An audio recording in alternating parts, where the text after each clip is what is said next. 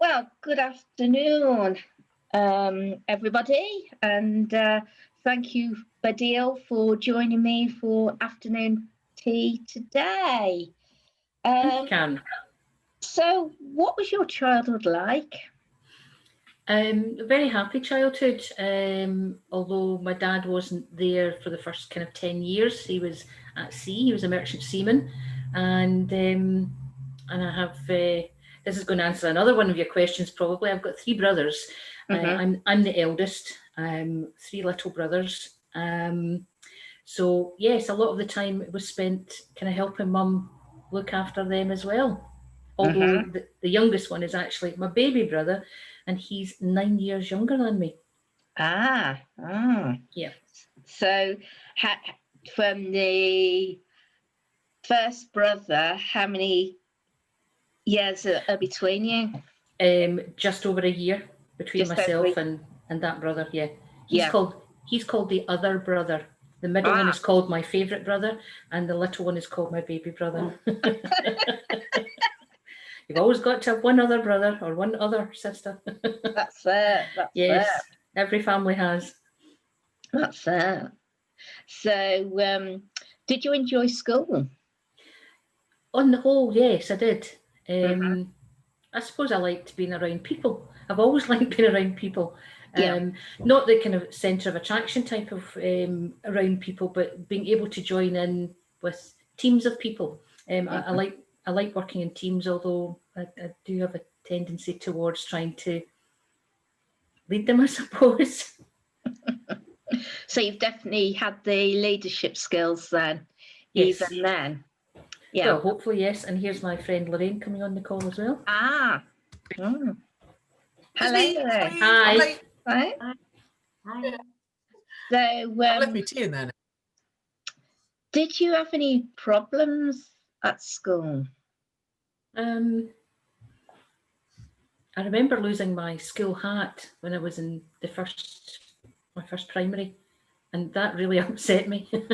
That was a problem, and I didn't actually have any other problems until I was in what we call fourth year. So I don't know what grade that is with the English schools. I was 15 at the time, and I had a problem because somebody wanted to beat me up, and they did.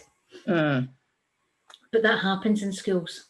That's it. That's it. So, how did you deal with that? Did that have a knock-on effect on you in later life, or?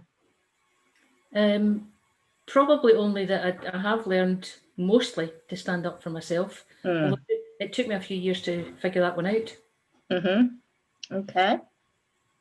So, once you finished school, did you go on to further education or university? Not university, I wasn't that bright. Further education, yes, I went to college and trained to be a chef. Yeah. So you obviously got a job after qualifying as a cook. And where was that at? It was in a local school which had 1,000 pupils. So it was split into two kitchens, and we had the larger of the two, feeding 600 kids, teenagers, young adults, every lunchtime. So was that just during term time? Yes, it was. Yeah. So what did you do out of term time? Well, I certainly remember the first summer after starting work, which was actually the summer of 76, which was a particularly hot one. So I did a lot of lying about getting a suntan. So you got lovely and brown for starting back in September? Yes, I certainly did. Yeah, good. So I suppose that was the best thing. You were getting paid to basically sit in the sun. Yes, because we were paid every week. It wasn't just paid through the term time, it was every week. And it was a whole £32.10. It was a lot of money in those days. It sure was. Yeah. So what did you do after the school kitchen? Did you progress into hotel catering or? Not quite. What I actually did was I went into kind of lower management, catering management of contract catering outlets. Yeah. And then when I was 21, just after I got married, in fact, we went to South Africa and I worked over there. So I worked, again, contract catering, but progressed into senior management. Yeah, yeah. So when did you come back to the UK then? Oh, 96. 96. Yes. So what made you come back to the UK and what made you go to South Africa? Was it?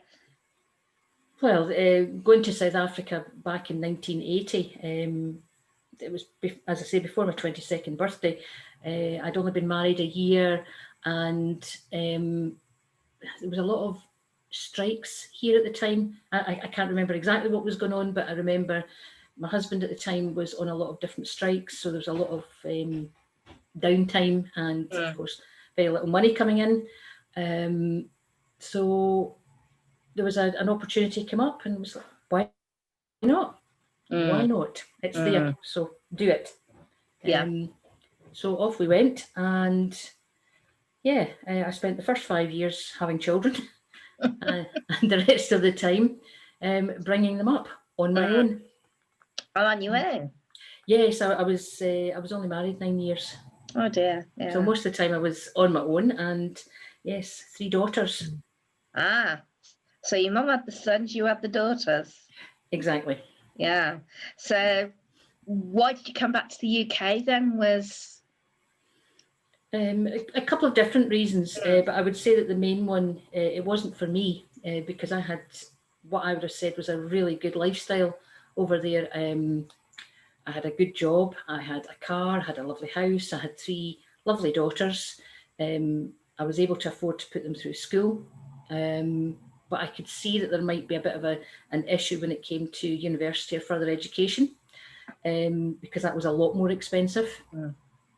And I also saw the writing on the wall as far as the way that the new government was going, not so much the government, but the way that things were moving and evolving.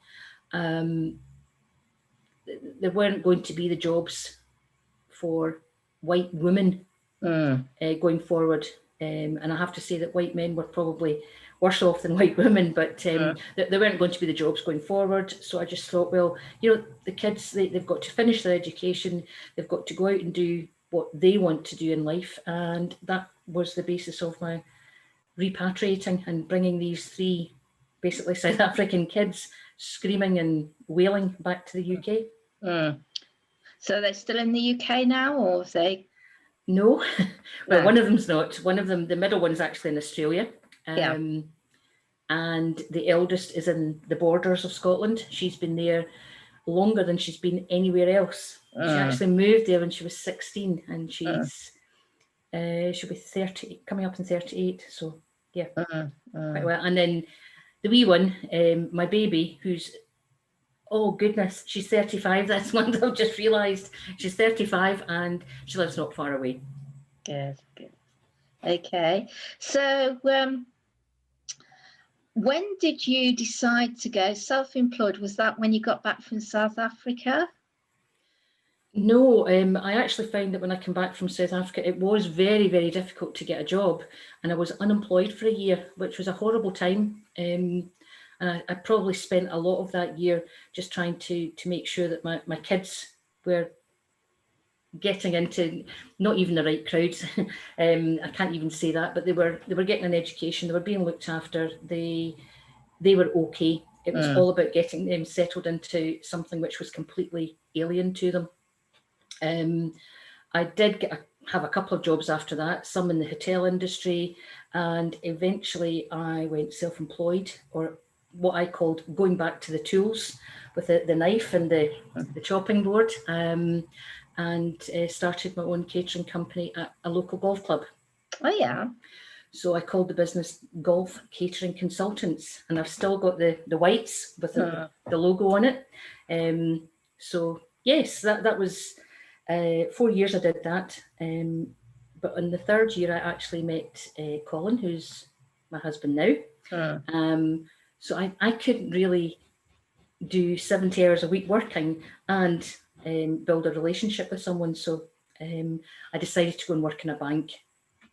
It was awful. Most of it, I met some wonderful, wonderful people. Some of them are still very close friends.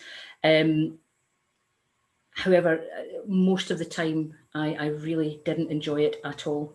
And it was during my time in the bank, I found out that I was dyslexic. Hence, I wasn't able to read script from a screen. And the one thing to remember about banking is, of course, compliance. And a lot of the stuff has to be verbatim from the screen. We didn't have paper. There was no paper allowed in the bank. And I won't tell you which one it was. So I had to read things from the screen, and quite often I would get it not wrong to the point where I had completely fluffed it up, but to the point where I wasn't saying it completely verbatim. But I was more concerned about the client, the customer on the other end of the phone, understanding what I was trying to put across. Rather than reading out the words, I wanted them to know exactly what they were getting into with mortgaging, lending, etc. And it was my downfall. I was off sick for a long time, couldn't cope, and then started sort of looking around for something that I could do on my own. And that's when online business cards came up. So how long have you been with online business cards for? About 3.5 years. 3.5 years. Yeah. And what I actually found was, it was actually something that popped up on Facebook, funnily enough, and I just had a look and thought, that looks really interesting. The person that had posted something about the digital business cards, I had asked them, what's the name of the company, etc., etc. So I Googled them, and lo and behold, they work out of the same office park as I used to work in Johannesburg. So I decided it was a sign. And I got on board with a company called Superdata, who were the developers of the digital business card, and I was basically selling and building. And I really enjoyed the building. I enjoy meeting people. Once again, it's taking me back to my childhood. I like being around people. I love people. They're great fun. They're all different. Some of them are quirky. Some of them are very straight-laced, and it's just nice to have different personalities around you that enhance your life.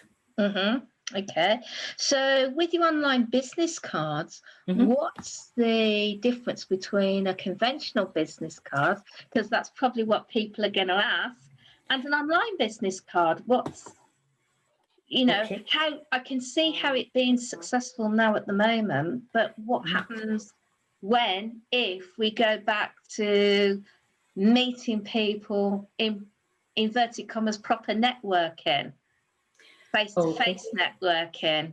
How does the online business card work then?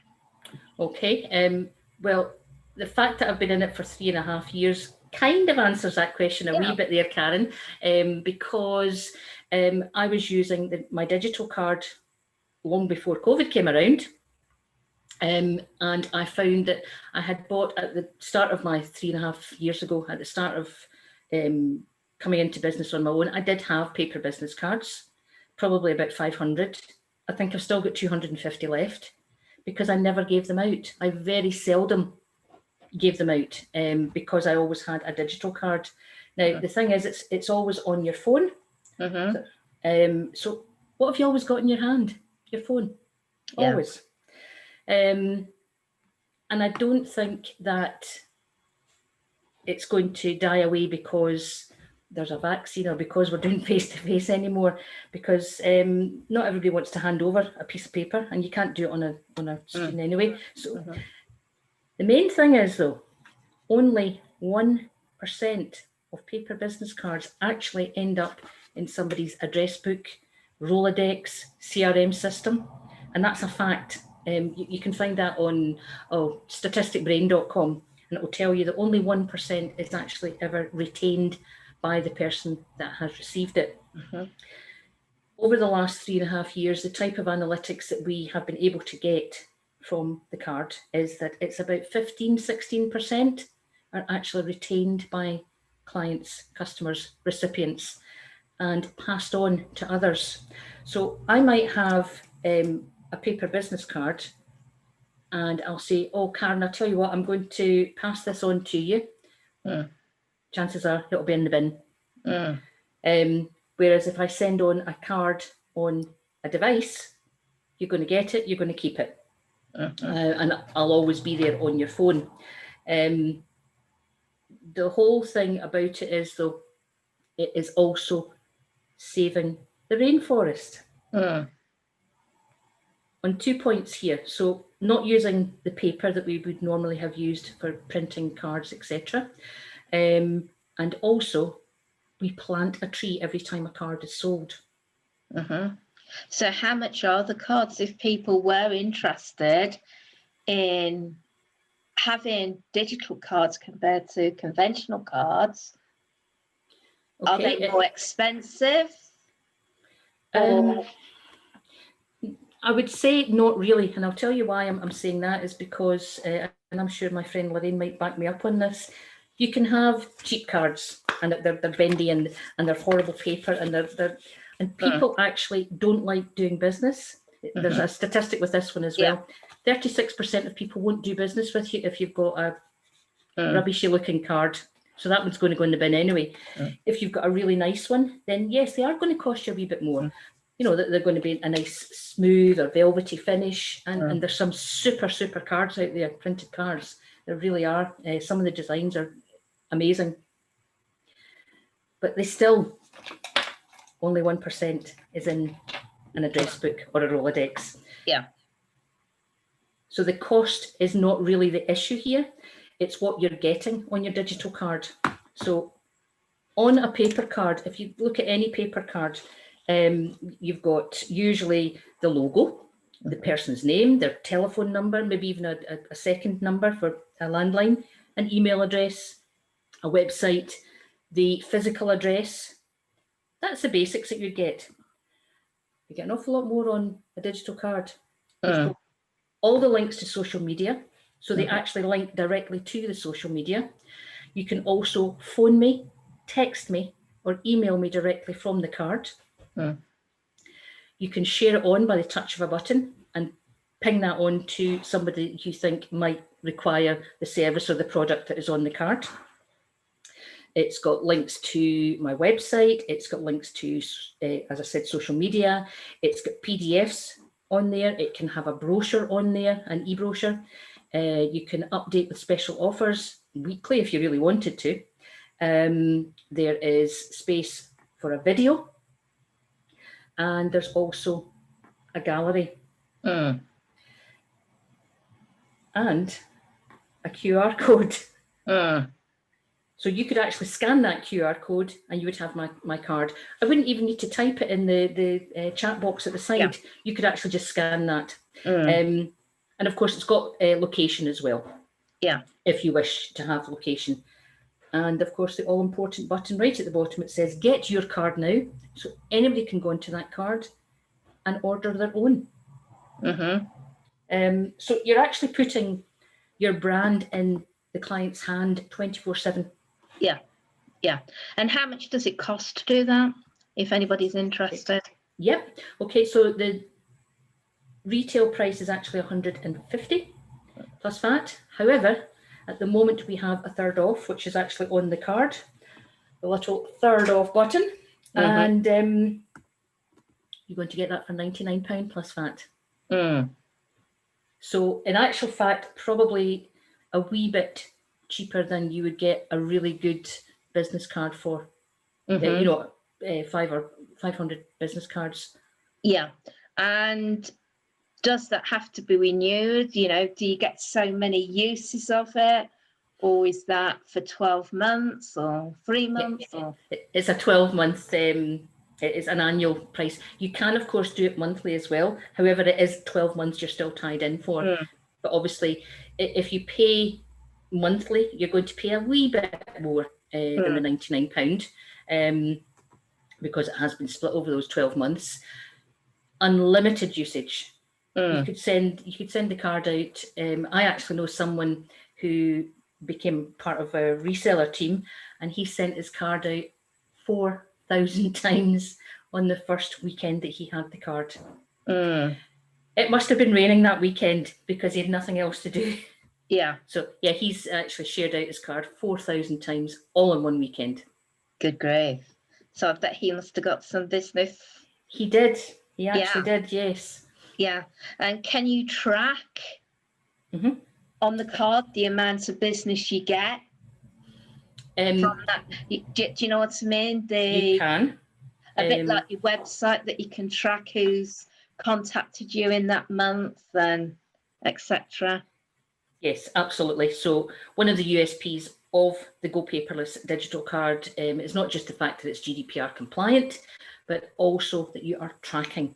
So I can see, if I log into the dashboard of my card, I'll be able to see who shared my card, to whom they've shared it, their telephone number, their email address, and the time and date that they received that.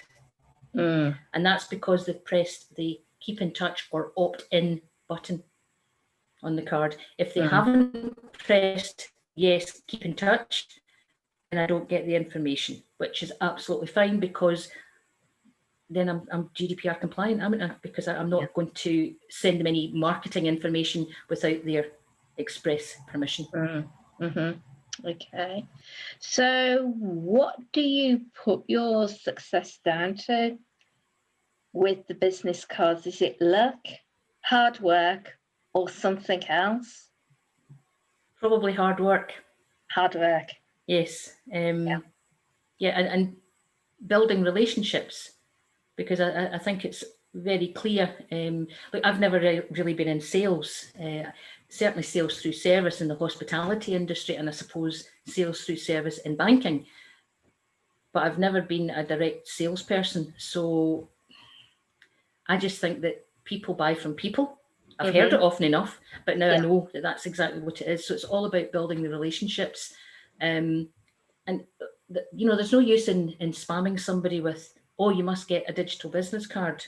We haven't found out, one, would they really need it? Does the business require it? Is it something that they can use? There might be some sort of a disability that disallows them from using a digital card or a smartphone. You've got to find out, what does the client need and want, and turn it round to a sale that way. Yeah. So it's definitely about the relationship and being honest with people. And I suppose the other thing is, if you do make a mistake on the card and somebody says, oh, do you realise you've missed the R out of your, for argument's sake, and it says your telephone number, and you've got 5,000 cards with a spelling mistake on, or you change your email, or whatever, you're stuck with 5,000 cards. I assume that with that, you can go in, if somebody points that you've made a mistake, or you change your email or website or whatever, you can go in and change it immediately. Absolutely immediately. And as soon as you've changed it, everybody gets that change. So no matter who has saved your card to their phone, they will get the changes that you've made. And do they get notifications of that as well? Not yet, but it's something that we are developing at the moment. What I have to say is that with Go Paperless, because I've changed from the South African company to Go Paperless over the last 5 or 6 months now, and the reason I changed is due to the lack of development from the other guys. But with Go Paperless, they develop constantly. They're always listening to see, what can we suggest is going to be best for the client, the end user, what is going to make life easier for them, what makes it all seamless. And one of the things would be, of course, having like a push notification, but not quite as intrusive as that going forward. That's probably going to be in the first quarter of next year. So it sounds really exciting, those plans that you've got. There are huge plans, and I think I can actually take it down to a personal level as well. I've been involved with multi-level marketing companies before. I've had small teams. First one not so successful, the second one fairly successful.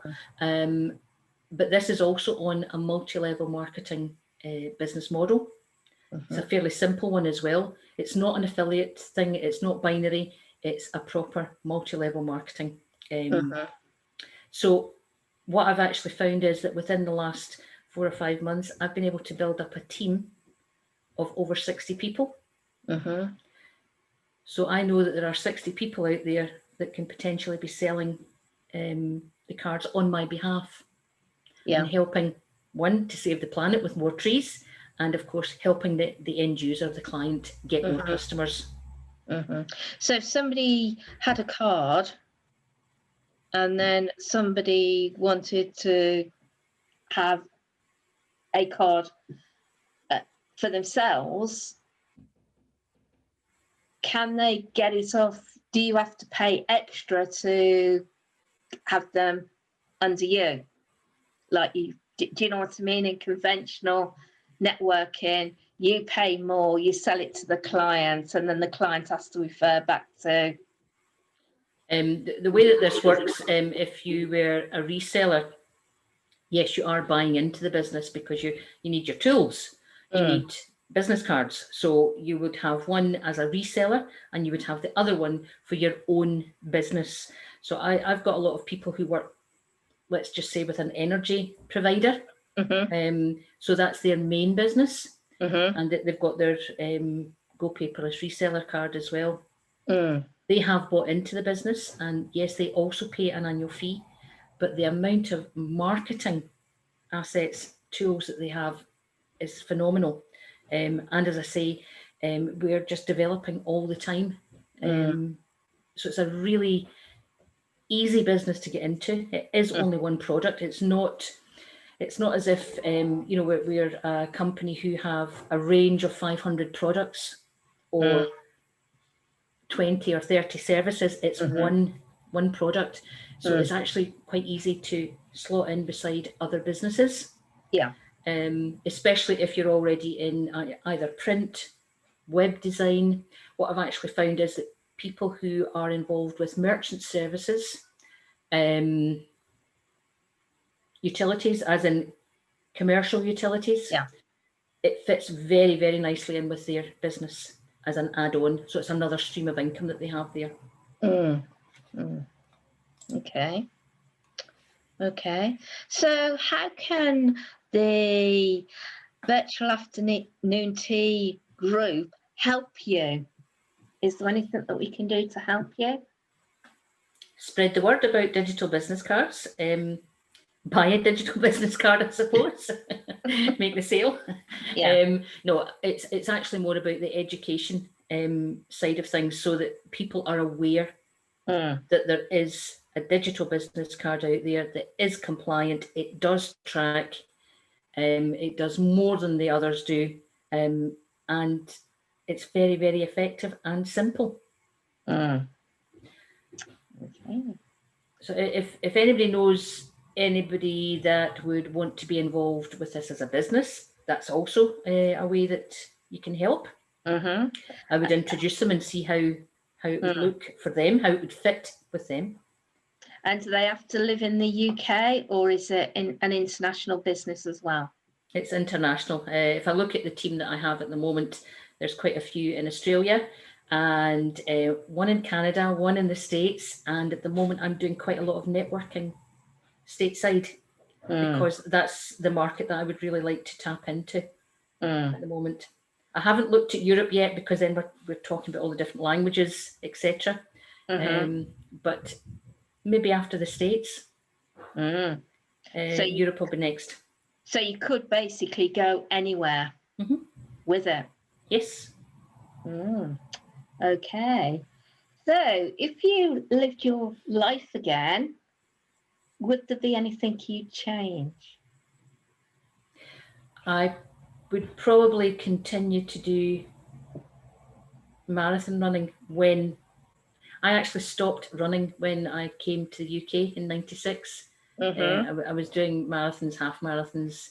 It was nothing to do 10K any morning, 10 kilometres, probably about 4 times a week. And I wish I'd never stopped doing that because it has affected my general health and fitness going forward. Yeah. And I'm probably too old to do it now. You're never too old. Yeah. One thing I won't do is I will not climb another mountain. So which mountain did you climb? It wasn't really a mountain. It was Ben Lomond, which is I don't know. It's a Munro. It's a Munro. Lorraine, she's laughing. Yeah. A Munro. A Munro. It was torture. Yeah. It was for charity though, but it was torture. But you achieved the goal. Yes, got to the top. Brilliant. I actually got all the way back down to the bottom as well, without being heli lifted off the top or anything like that. It was too misty for a helicopter anyway. I had to walk. That's fair. Yeah. So is there anybody else that wants to ask Bodil any questions? I'm very impressed with your digital card. I have no business here in Germany, but I would just come on to the meeting this afternoon to get to know you and just to hear what you have to say. And sounds very interesting. Thank you very much, Mandy. I wish you all the luck with your business and for the future. Thank you. You're welcome. Appreciate it. There you go, Bodil. Mandy might want a new business in Germany. Yes, that's what I was thinking. Mandy, would you like a new business in Germany? I wouldn't know what. Here's something it's already made for you. You just tap in and go. Absolutely. Have you got any questions, Lorraine, or do you know? I know Bodil very well. I also have a digital card. I've also print management company, so I'm in print. So I see the benefits of a digital card over the print business card. So it's quite a nice place to be. So that's useful for people that I know that have got printing businesses that I can share this with. And you being in the conventional printing industry, can see the benefits of this. Definitely. I've been in print 40 years. And I can certainly see the two side by side, and even so that I've just launched a new company and it's more on the digital side now. So where COVID's had a big impact on print, as in handling print. So you need to pivot your company to stay afloat. So print's not quite dead, but it's a lot different than it used to be before COVID. So it's more digital. So like Bodil said, everybody's got the phone in the hand and they're quite safe with having the phone in the hand. Nowadays, you're not too safe about taking leaflets, print, business cards or anything like that from hotels, from restaurants, from people. So life's changed out there. Yeah. So, and I can't see, certainly where Bodil is, I can't see it going away. In fact, I've seen the growth of the DigiCard since COVID started. We're talking to Bodil escalate, and that's going to stay escalating. It's now just kicking in, so it's really moving up. I can also see I've been to business meetings where I've had cards off people, got home, and I thought, well, I'm dead certain I've had a card off so-and-so. Where have I put it? And it's probably fallen out the pile. And it's that one that you built up the relationship with and you want to contact them, but you can't find the card. Yeah. And sometimes you know what the card looks like, but you can't even remember the name. But you've got the vision of their card and you can't find it amongst. Whereas with that, if it's on your phone unless you lose your phone, you've got their card. But you got download. Yeah, but you download the data again, so you never lose the data. You never lose it. Yeah. So it has got the advantages. Oh yes. Yeah. Lots of advantages. But I do like these lovely velvety cards. I really do. I love the feel of them. But I found that when I look at business cards, I tend to look at the logo and the colours because that's what attracts my eye.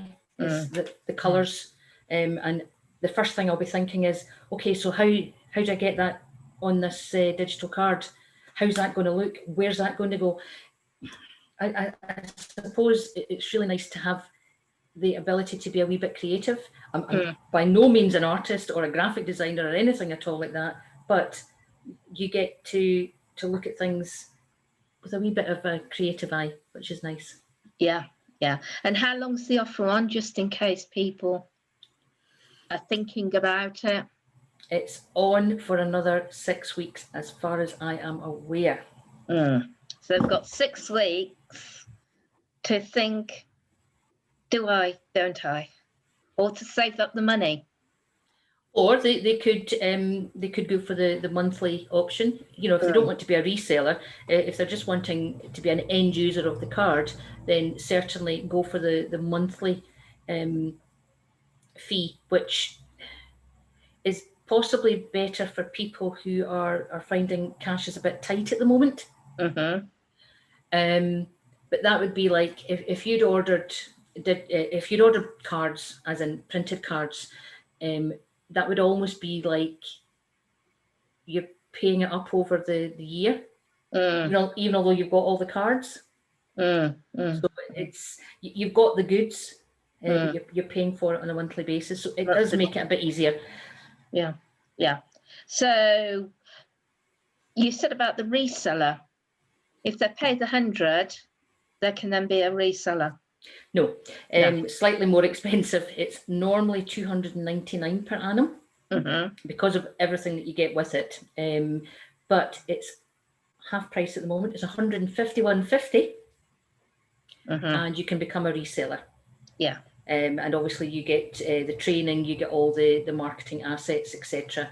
How to get started, what you can do for posts, whether you want to post on LinkedIn or Insta or wherever, and also information that you could send on to people that are within particular business sectors.